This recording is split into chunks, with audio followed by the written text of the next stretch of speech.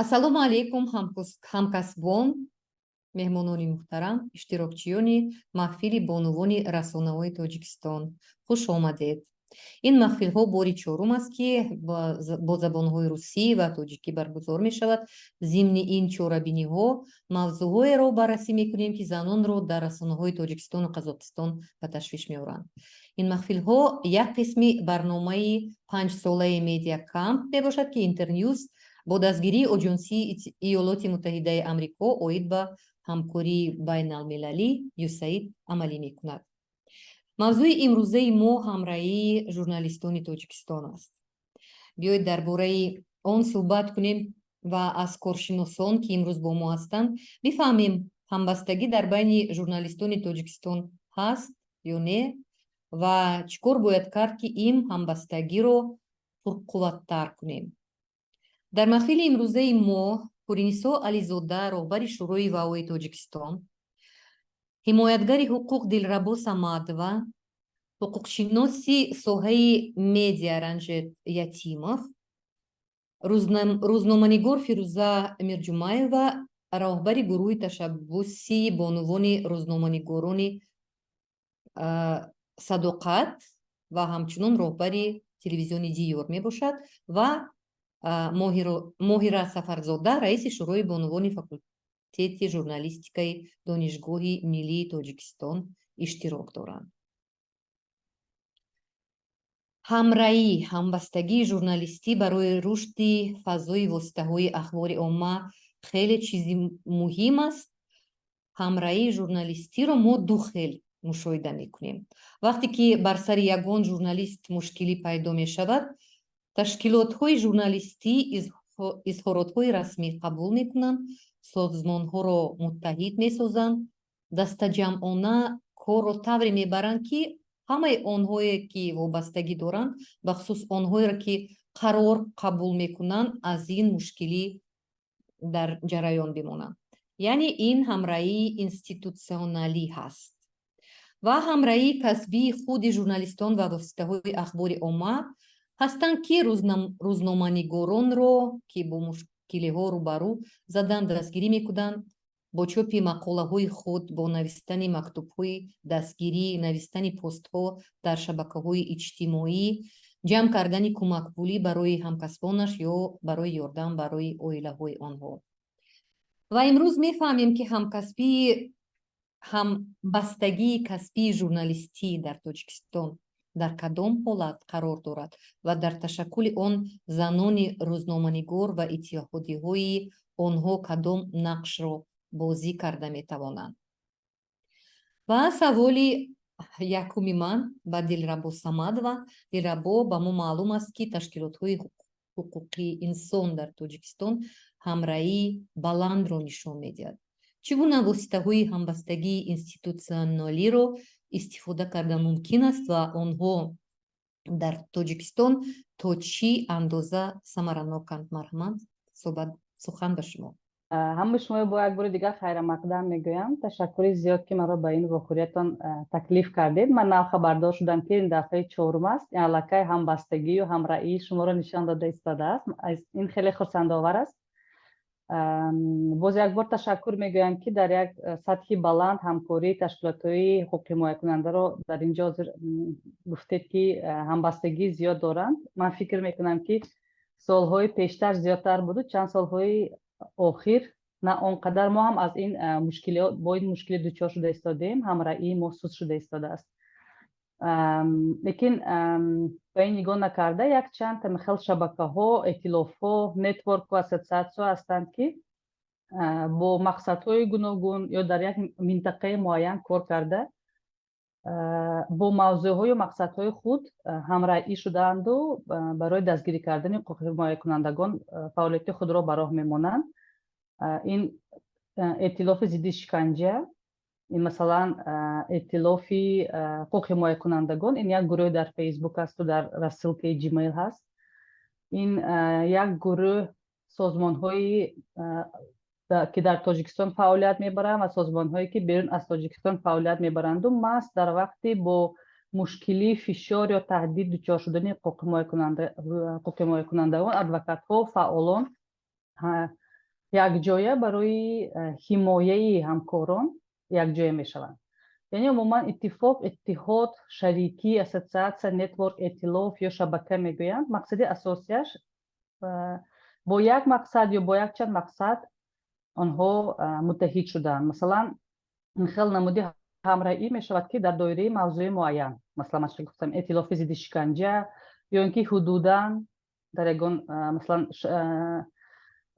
ташкилотҳои ҷамъиятӣ Бадахшон як вақте ки фишор зиёд шуда буд, онҳо дар як гурӯҳ муттаҳид шуда буданд.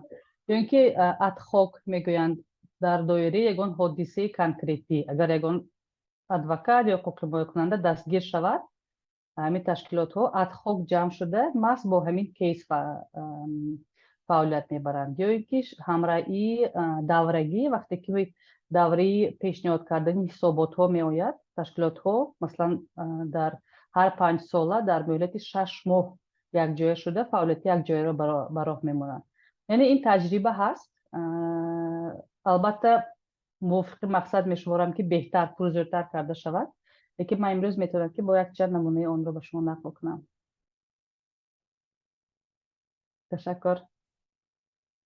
саломат бошед. ташаккур Дилрабо. биёед ҳоло мефаҳмем ки созмонҳои журналистӣ рӯзноманигонро ҳимоя мекунанд ё не дар бораи машваратҳои ҳуқуқӣ ва дастгирии журналистҳо аз тарафи ин созмонҳо. хоҳиш мекунам ҳуқуқшиноси соҳаи медиа Ранҷет Ятимов нақл кунад. марҳамат Ранҷет, сухан ба шумо. ташаккур зиёд Лола. рӯз бахайр дӯстон, ҳамкасбон, ҳамкорони азиз. солҳои охир масалан агар ки мо гирем ҳамон меъёрҳои ахлоқии журналистиро, дар худи меъёрҳо ҳам ҳаст банде ки бахшида шудааст ба ҳамраҳии касбӣ ва дар тамоми масалан чорабиниҳое ки мо мегузаронем, ташкилоти ҷамъиятии мо, ташкилоти ҷамъиятии хома зиёдтар дар ду самт фаъолият мекунад. як самти асосиш ин масъалаи таълимӣ аст, яъне ки мо зиёд тренингҳо мегузаронем барои баланд бардоштани савияи ҳамон донишҳои журналистон ва ба ғайр аз ин бо дуюм самт ин ҳаст ҳуқуқие ки мо иштирок мекунем дар ҳар хел гурӯҳҳои корӣ, яъне ки барои мукаммал, яъне ки барои хуб кардани қонунгузории миллӣ ва мутобиқ кардан бо меъёрҳои байналмилалӣ мо кӯшишҳои зиёде мекунем ки барои фаъолияти журналистон, яъне ки қонунҳо қабул шаванд ки фаъолияти журналистонро сабук кунанд. ва дар ҳамин тренингҳо ба ғайр аз ин барои журналистон ва юристон мо тренингҳои дар масъалаи медиа, ҳуқуқи медиа, ҳуқуқи вао мегузаронем ки зиёда аз 3 сол шуд мо ин тренингҳоро мегузаронем бо ҳамроҳи Интерньюз. имсол моҳи май боз як тренинги дига дорем барои журналистон ва ҳуқуқшинос ва дар ҳамин ҷо мо ҳамавақт дар масъалаи ҳамраҳии касбӣ ҳам ин масъала ҳам мебардорем. ва бисёр мисолҳое ҳам ҳаст. рости гап мисолҳое ҳаст ки масалан худи меъёрҳо гуфтаанд ки набояд воситаи журналист воситаи ахборро истифода барад бар зидди ҳамкасби худ. ва солҳои охир мо мебинем ки дар сомонаҳо ҳам, дар матбуоти даврӣ ҳам журналист бар зидди журналист ҳам бениҳоят мақолаҳои ҳаёти шахсии ҳамон шахса, масалан ба ҳаёти шахсии вай шахс мерасанд, ба навсу номуси вай шахс мерасанд.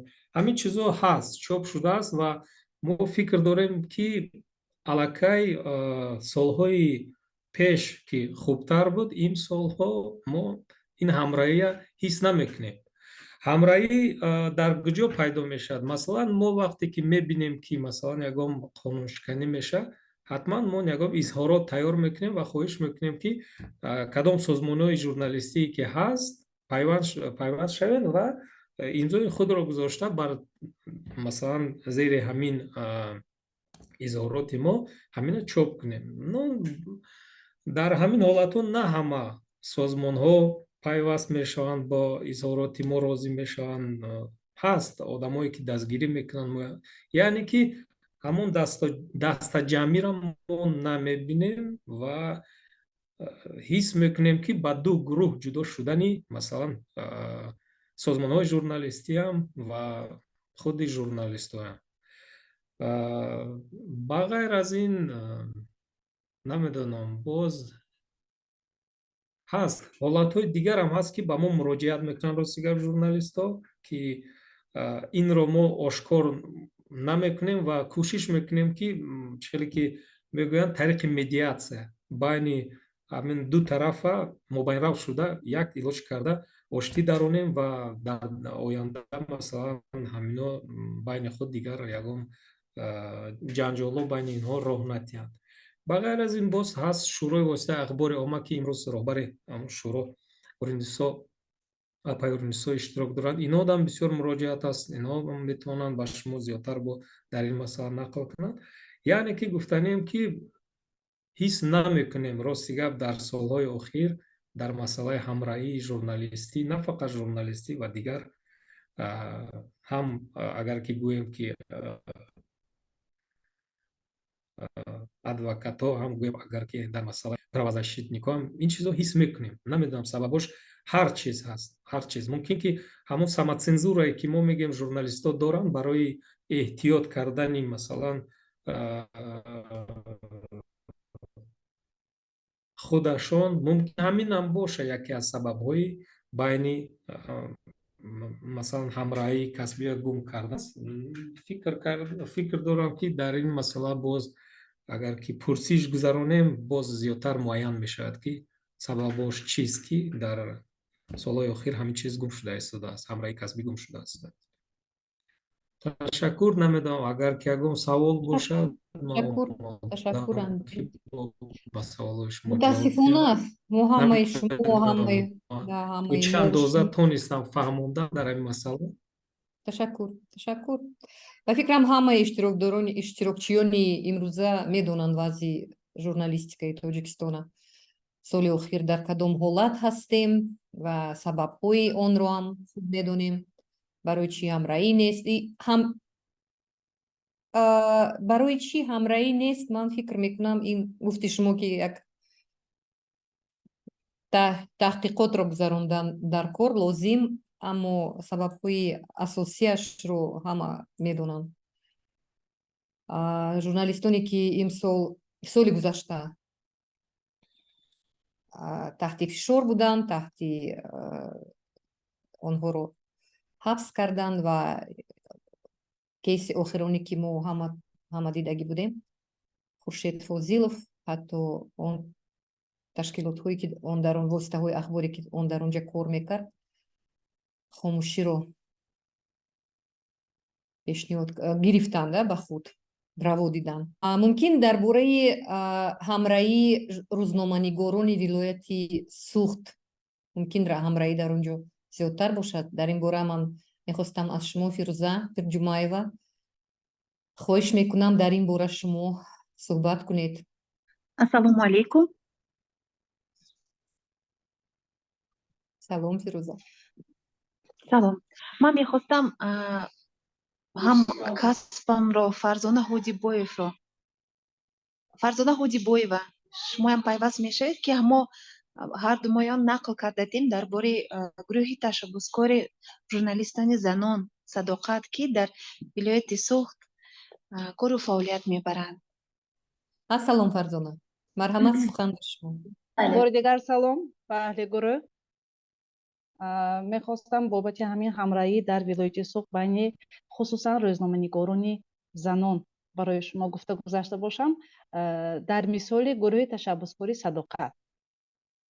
гурӯҳи ташаббускори занони рӯзноманигори Садоқат Қонуни Ҷумҳурии Тоҷикистон дар бораи матбуот ва дигар васоити ахбори оммаро ба эътибор гирифта бо мақсади таъмини рушди иқтидори васоити ахбори умма аз ҳисоби занону духтарон бори нахуст соли 2019 дар ҳайати 10 нафар таъсис дода шуда буд ва дар ин гузашта аъзоёни ин гурӯҳ ба беш аз 30 нафар расид ки ин худ аз ҳамраҳӣ ва ҳамбастагии рӯзноманигорон дарак медиҳад. гурӯҳи ташаббускори занони рӯзноманигор Садоқат тавонист давоми 3 соли фаъолияти худ аз тамоми минтақаҳои вилояти Суғд занони рӯзноманигорро дарёфт ва шомили гурӯҳ намуда баҳри рушди ҳаматарафаи донишу таҷрибаи эшон бо дастгирии сафорати амрико ин дар соли 2019 буд дар тоҷикистон ва лоиҳаи ташкилоти ҷамъиятии мир дар соли 2020 якчанд семинар тренингҳои омӯзиширо доир намудем. Дар ҳафти омӯзишҳо бо рӯзноманигорон бобати жанрҳои нави журналистика, рушди малакаи тренерӣ ва омодаи маводҳо бо харҷи кам, яъне бо истифода аз телефонҳои мобилиро омӯзонидем. Инчунин дар ҷараёни тренингҳои омӯзишӣ ҳадафи кории аъзоёни гурӯҳро мушаххас намуда ёддошти тафоҳумро низ оид ба ҳамкорӣ байни аъзоёни гурӯҳи ташаббускори занони рӯзноманигори Садоқат қабул кардем. маҳз ана ҳамин шиносоӣ ва сарҷамъ шудани занони рӯзноманигор дар ҳайати ин гурӯҳи ташаббускор буд, ки замони хуруҷи пандемияи ҳамагири COVID-19 чанд гурӯҳи корӣ аз ҳисоби рӯзноманигорон ва наворбардорони телевизионҳои маҳаллӣ аз ҷумла телевизиони Азия, Диёр, Симои Мустақили Якум, Танин ва Ҳақиқати Суғд бори нахуст ба шаҳру ноҳияҳои дуру наздики вилояти Суғд сафари корӣ анҷом додем. аз ҷумла ба кӯҳистони Мастчоҳ, Панҷакен, ноҳияи Зафаробод, шаҳристону Исфара, Истиқлол ва ғайраҳо ва аз он ҷо маводҳои ҷолибу гуногунро омода намудем, ки дар ин гурӯҳ ҳама ҳамрай буданд. вақте ки мо як темаро интихоб мекардем, барои ҳамон нашри ҳамон чиз ҳама ҳамфикр буданд ва таваҷҷӯҳи худро ба ҳамон чиз равона карда буданд ва ана ҳамин ҳамраҳӣ буд, ки мо тавонистем давоми ана ҳамин 3 сол ба шаҳру ноҳияҳои дурдаст рафта маводҳои ҷолибро омода кунем. фирӯза, агар илова дошта боше, марҳамат.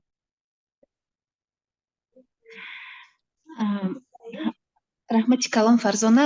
ҳақиқатан бештар мо якдигимои чун дар рақобат ҳамин чизро мо ҳис мекардем.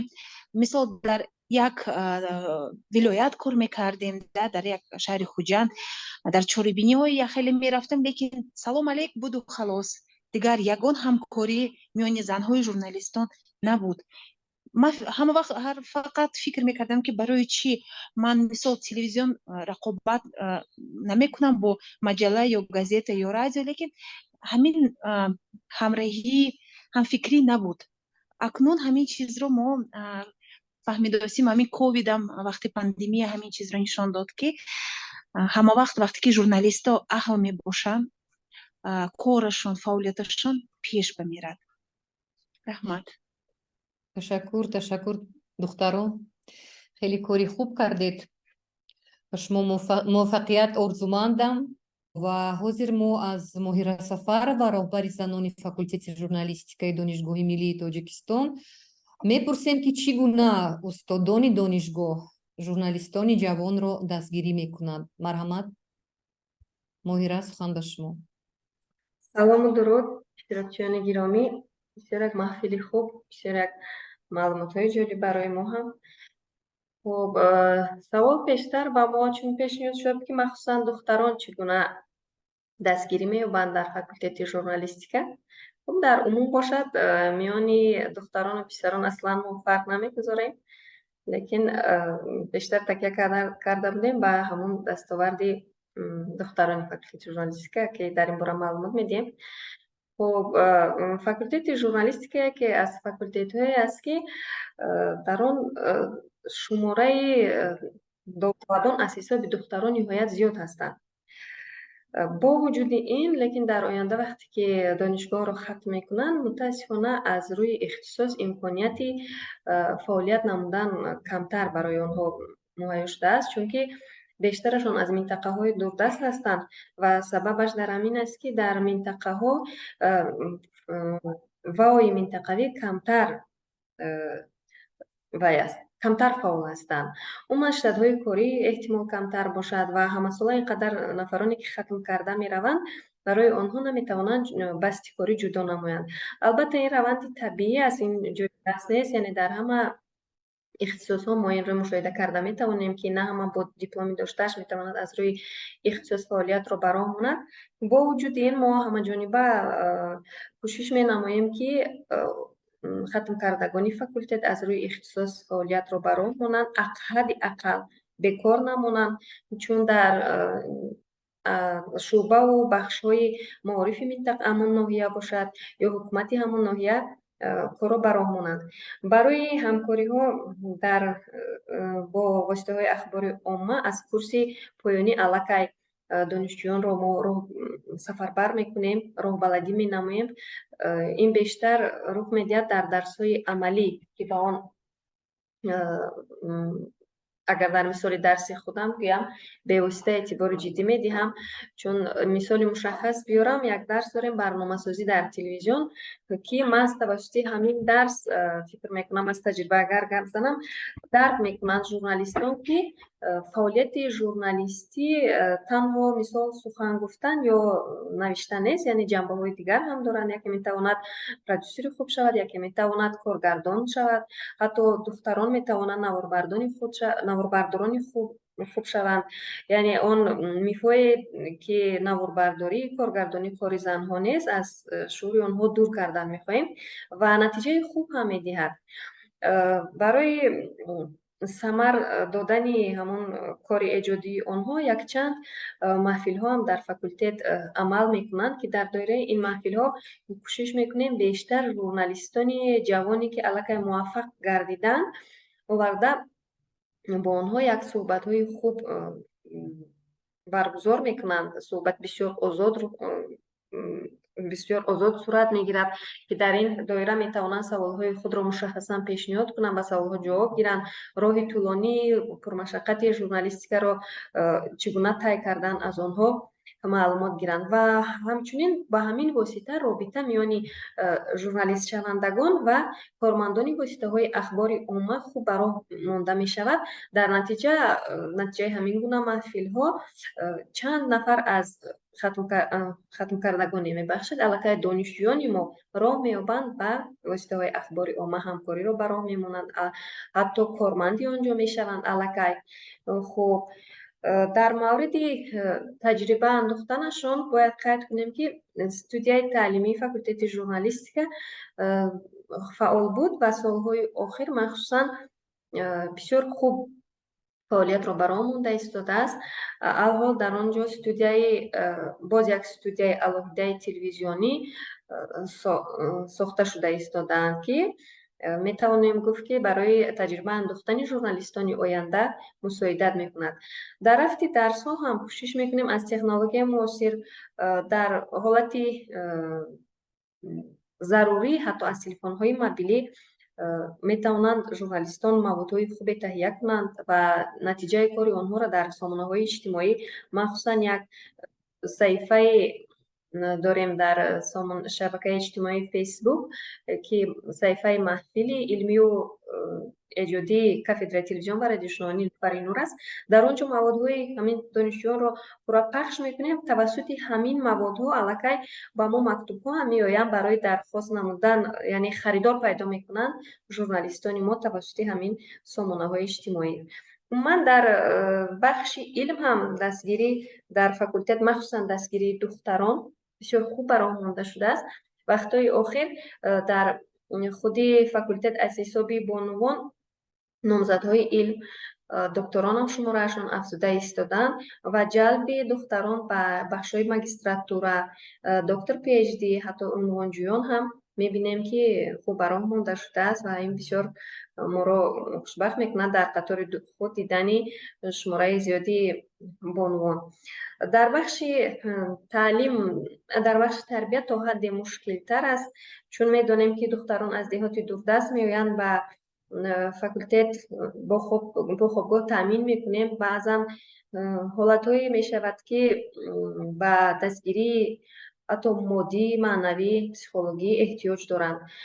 Чун дар хобгоҳ зиндагӣ мекунанд, пайваста бо онҳо корҳои тарбиявӣ гузаронидан дар кор ва чун мо ҳамзан ҳастем, то ҳадде мушкил аст, чун шабонгоҳ рафта донишҷӯёнро якҷо сарҷамъ кардан дар кор, бо онҳо суҳбат кардан дар кор.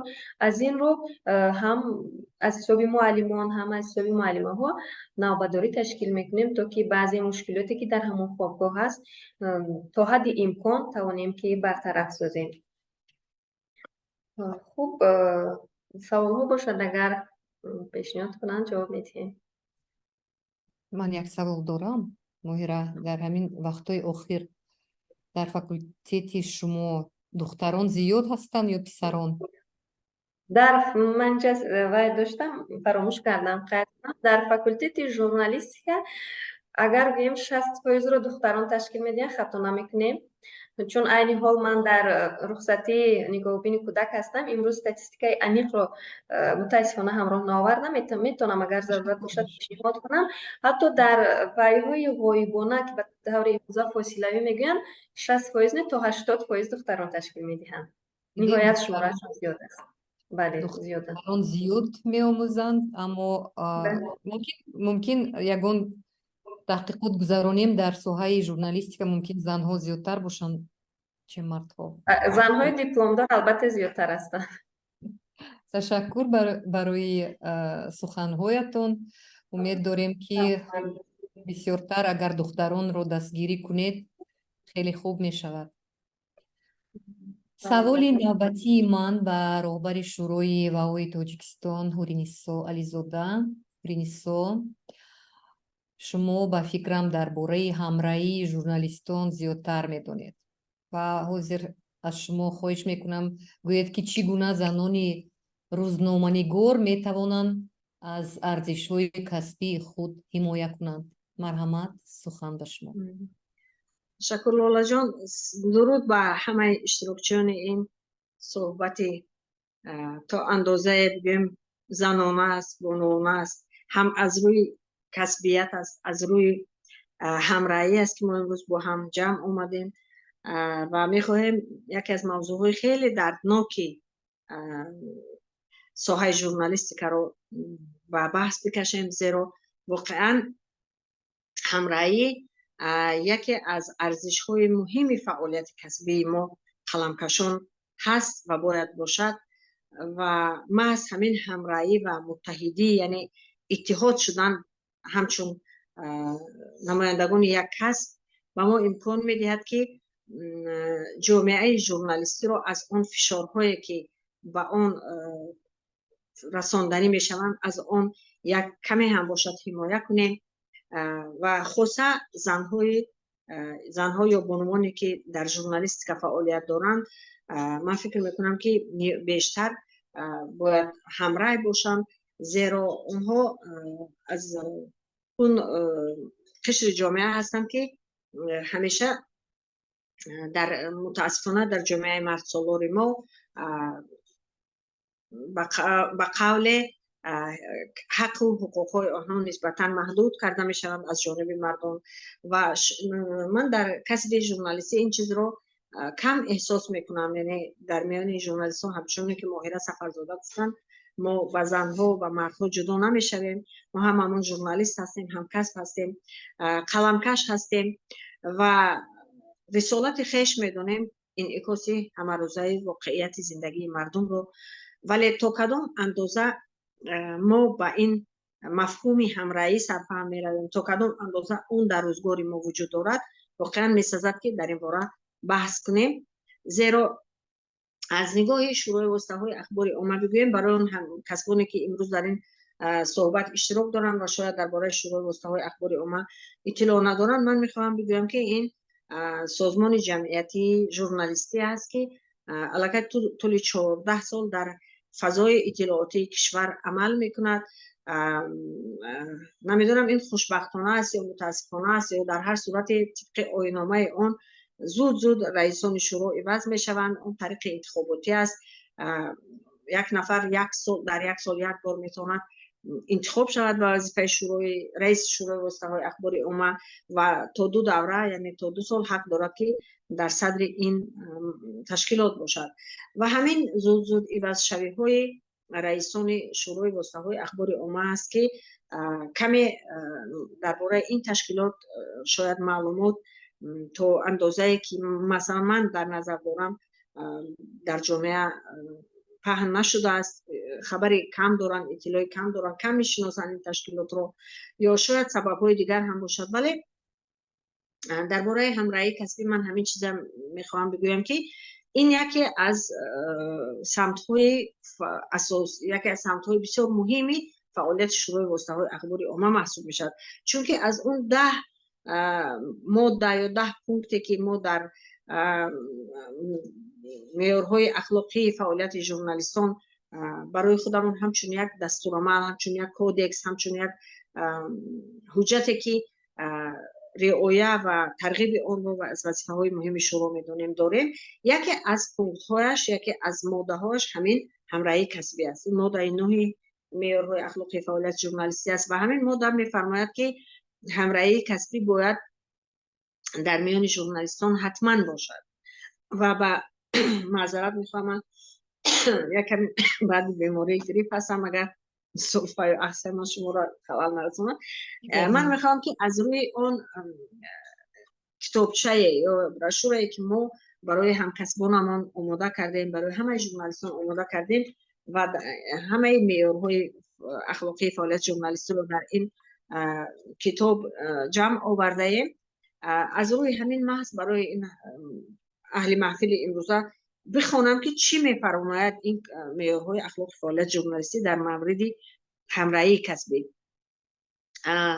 همراهی کسبی رو حتما رعایت اون رو طلب میکند و میگه که ژورنالیستانی که در حالت مورد تعقیب یا فشار قرار میگیرن، همکسبان دیگرشون وظیفه دارن که اونها رو پشتیبانی کنن.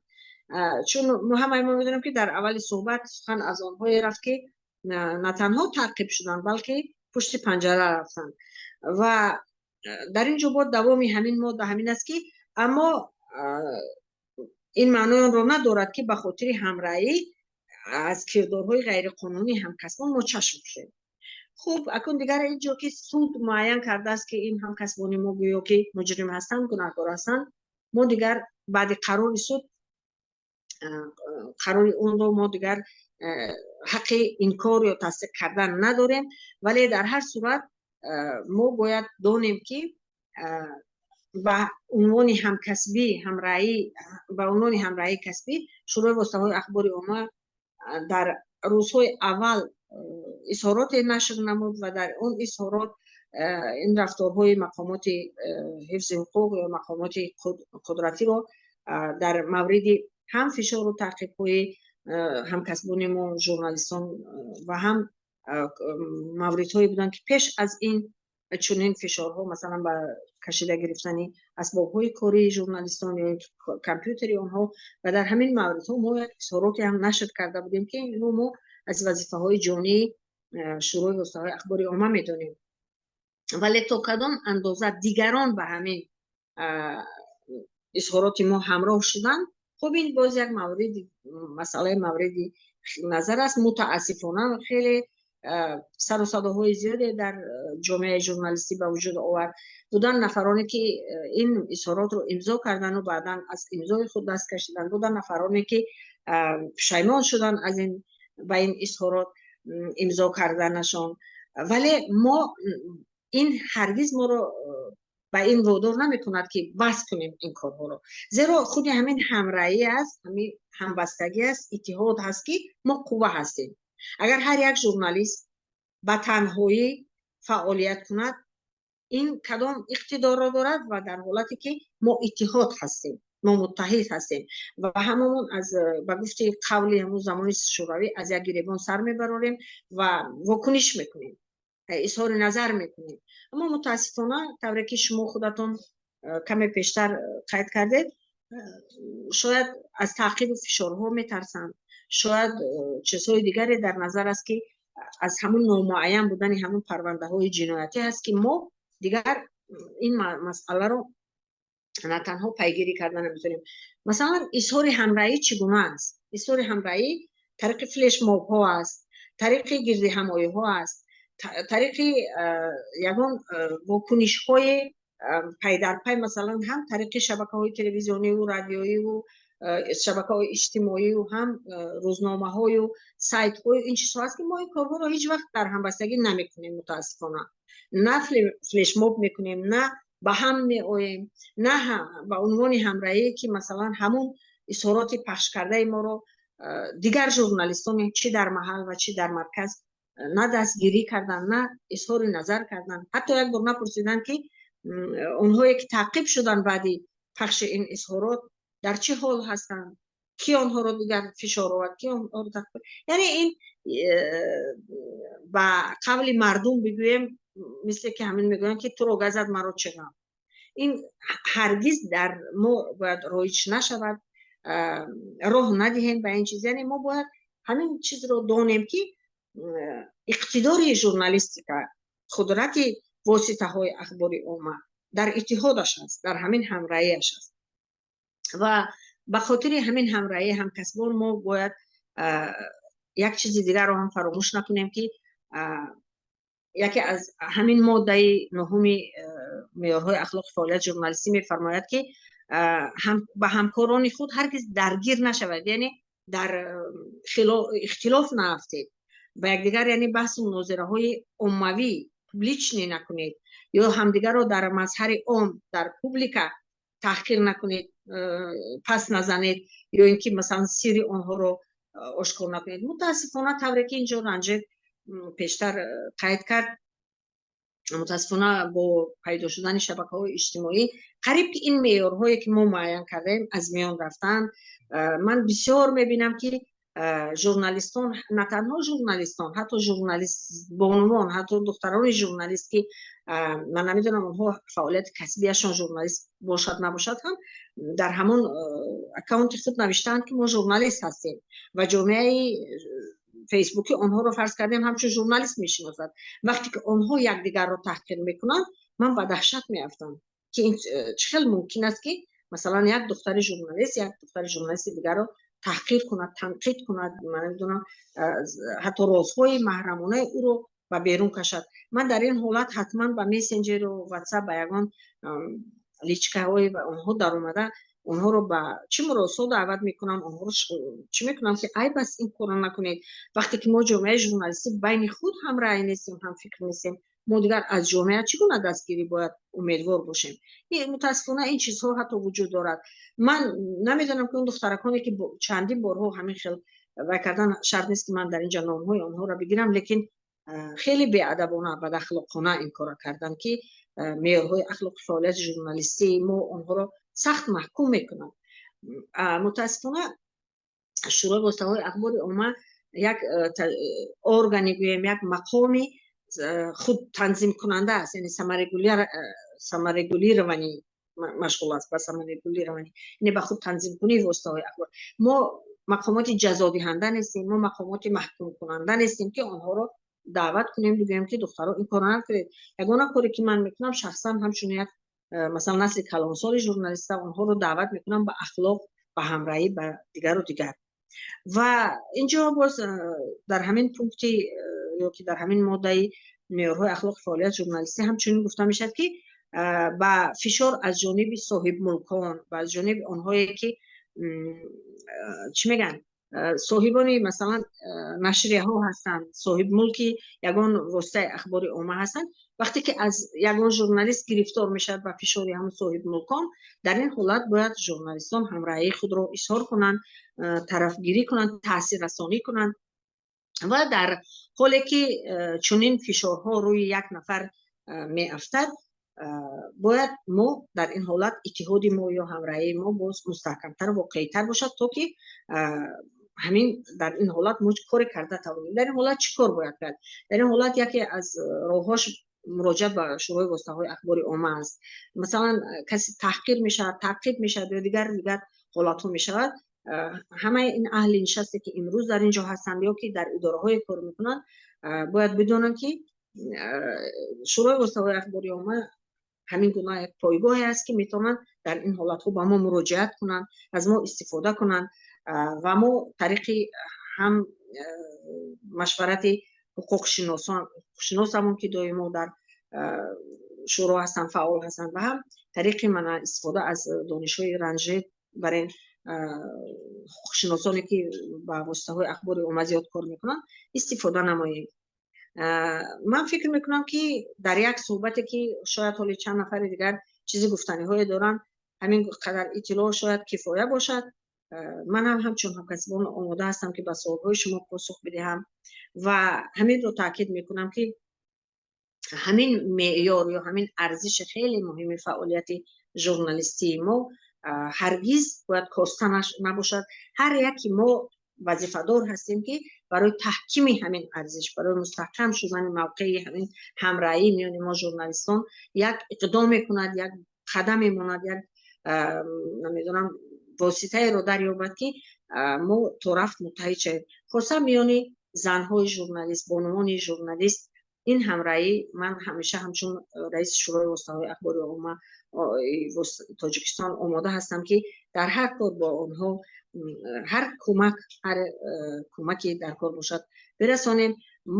Ман як мисоли хубе, ду мисоли хубе оварда метавонам ки дар давраи ковид ин ҳамраҳии мо як каме рӯшантар шуд, дастгирӣ кардем мо ҳамкасбонамонро, баъзе чизҳои масалан маводҳои антисептикию дигар чизҳо оварда расондем ба ҳамкасбонамон ё аз лиҳози хӯрокаву дигар чизҳо. Як мисоли дигари рӯшани дигаре буд ки ҳамкори мо Раҳима вақте ки ба бемории шадид дучор буданд ва хеле дар ҳолати аз лиҳози моддӣ танқисӣ доштанд, мо ҳамин гуна ҳамраҳ ба унвони ҳамраҳӣ якчанд нафар журналистонро тавонистем ё дарёбем ки ба он Раҳима кӯмак кунад ва имсол хушбахтем ки Раҳима бо асарна саломатиашро барқарор карду ба сафи журналистон пайваст. Ва чӣ гӯям дигар ҳамин аст ки ин вазифаи як шӯрои воситаҳои ахбори умма ё иттифоқи журналистон ё ягон ташкилоти муайян нест, ин вазифаи ҳамаи мо аст ва ҳамраҳӣ аз инсонгарӣ, аз одоб, аз ахлоқ, аз маърифати инсон сарчашма мегирад. Агар инсон дар ҳамин гуна рӯҳияи тарбия ёфта бошад ки дар рӯҳияи ҳамбастагӣ ва дарк намудани дарди дили дигарон, ман фикр мекунам ки ҳамраҳӣ барои ӯ як кори муқаррарӣ маҳсуб мешавад. Ташаккур аз таваҷҷӯҳатон. Ташаккур Ҳуринисо, бо бисёри суханҳои шумо ман розӣ ҳастам. Мутаассифона дар байни журналистон бадахлоқиро мо ҳис мекунем ва ҳамин набудани ҳамраҳӣ буд ки озодиҳои сухан дар Тоҷикистон ба ҳамин ҳолат расонида шуд. Бале. Ва ҳозир фишорҳо зиёд шуданд, озодиҳо маҳдуд мешаванд, вале ҳама гӯё ки хомӯшанд. Ин худаш нишони набудани ҳамраҳӣ аст. Мутаассифона. Бале, мо бояд дар ин самт зиёдтар кор кунем. бо миёни худамон бе ягон грант, бе ягон дастгирӣ ҳамкорӣ кунем. хуб дар кор шавад лоиҳаҳои якҷоя кунем, лоиҳаҳое кунем ки ман ҳозир мехостам аз ташаккури зиёд Ҳуринисо, ман ҳозир мехостам аз коршиносоне ки дар ин маҳфил иштирок доранд пурсам ки чӣ бояд кард? Мумкин шумо ягон роҳи ҳалли ин масъаларо медонед? фикри худама доир ба мавзӯъ баён кунам. Он суханҳое ки ҳозир ҳамкасбо гуфтанд ҳамаш дуруст аст, аммо дар баробари ин мо ба назари ман бояд фаҳмем ки ҳамраҳӣ ин танҳо масалан изҳори фикру баёнот навиштану баёния навиштану ин чизо нест. мисолҳои хубаш дар кишварҳои дигар ҳаст ки масалан ҳамраҳӣ дар ҳолатҳои сахт вақте ки масалан фишор болои як журналист мешавад чӣ хел нишон дода мешавад. Бубинед аз таҷрибаи агар қаблии худамон бинем, агар дар ёдатон бошад Абдулло Ғурбатӣ як замон ба Хӯросон рафта буд, ба назарам баъд аз омадани сел буд. Унҷа хонаҳои зиёд шуста шуданд, хонаҳои зиёд расво шуданд ва он замон дар Азия Плюс кор мекард ва рафта буд аз унҷо як гузориш оварда буд. Бояд гузориш дурусттараш меовард, аммо намояндаҳои ҳукумати маҳаллӣ иҷозат надоданд ки он сабт кунад ва ҳатто зери латукӯб ҳам қарор гирифта буд. баъдан агар ёдатон бошад, баъд аз ҳамин ҳодиса як гапгапе ҳам буд ки дар нисбати ӯ шояд ягон дело боз карда шавад. اما همون زمان که همراهی همکسبو خیلی خوب بود، همکسبو خیلی اونا دستگیری کردن، این چیز در همون حالت تا باز شدن یک جلوی جنایی بسته شد. همراهی چی خیلی شده بود؟ یادم هست همون زمان نماینده های واسطه اخبار گوناگون هم از خبرگزاری هایی که داخل تاجیکستانند، هم خبرگزاری های خارجی، نماینده مثلا از آزادی و این و آنها، از بی بی سی هم اگر خطا نکنم، یک گروه رفته بودن 10 نفر یا 15 نفر، خودشان خراسان رفتن و دوام کار عبدالله خودشان انجام دادن. یعنی رفتن و خودشان گزارش آماده کردن، گفتن خب اگر شما به همکاری ما اجازت نمیدید که کار کند، پس ما کاری اونا همه کس انجام میدیم. رفتن و یک گزارش خیلی عالی کردن در رسانه های خبری، در 10-15 نشریه برابر این موضوع نشر شد و این دستگیری واقعا خیلی خوب بود و این است به نظر من همراهی، این است به نظر من دستگیری و همین چیز تاثیر کرد که همون زمان از پی عبدالله نشدن. اگر بعدا من برای چی عبدالله مثال میارم، چون که هم یکی از نمونه های خیلی روشنی حالت ناگوار است.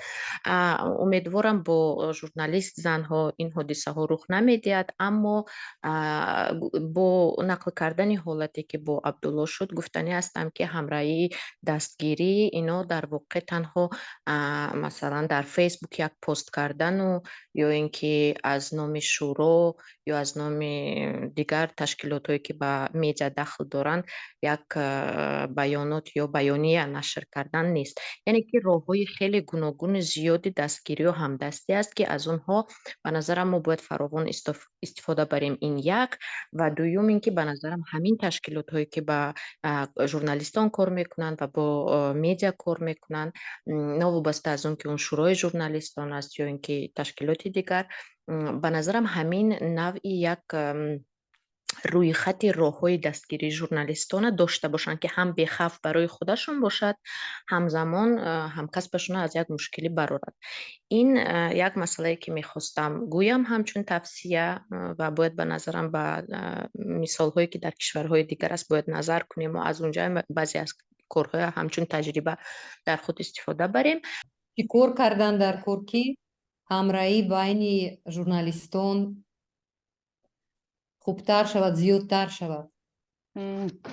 عموما سخنهای زیاد و سخنهای خوب گفتن، من با اکثریت آنها راضی هستم.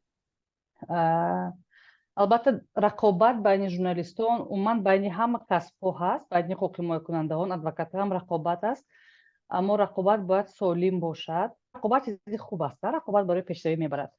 باید که ارزش‌های کسبی شما، ارزش‌ها و منفعت‌های گروهی شما بلندتر از رقابت و بلندتر از منفعت‌های شخصی یا گروهی خرد ژورنالیستان باشند. این یکی از ارزش‌های مهم این بی‌خطری خود ژورنالیست است که بسیاری وقت فشار و تهدید وابسته به فعالیت خود دچار میشود. من فکر میکنم که بغیر از همین منفعت‌های گروهی را، منفعت‌های کسبی را بالا ماندن، البته باید که بین ژورنالیستان لیدرهای خود باشند. مثلا رنجت گفتن که به گروه‌ها تقسیم شدند ژورنالیستان، حتی به گروه‌ها تقسیم شده باشند هم باید که در بین همین گروه‌ها لیدرهای خود باشد، از بین جوانان، از بین زنان لیدرها باشند که وقتی که همین حادثه ها رخ میدهد متحد کرده توانند. یعنی اینجا ما رقابت میکنیم، ولی وقتی که با فشار دچار میشویم ما باید که همه چیز رو از خاطر برآورده متحد شویم و همراه شویم و همدل شویم.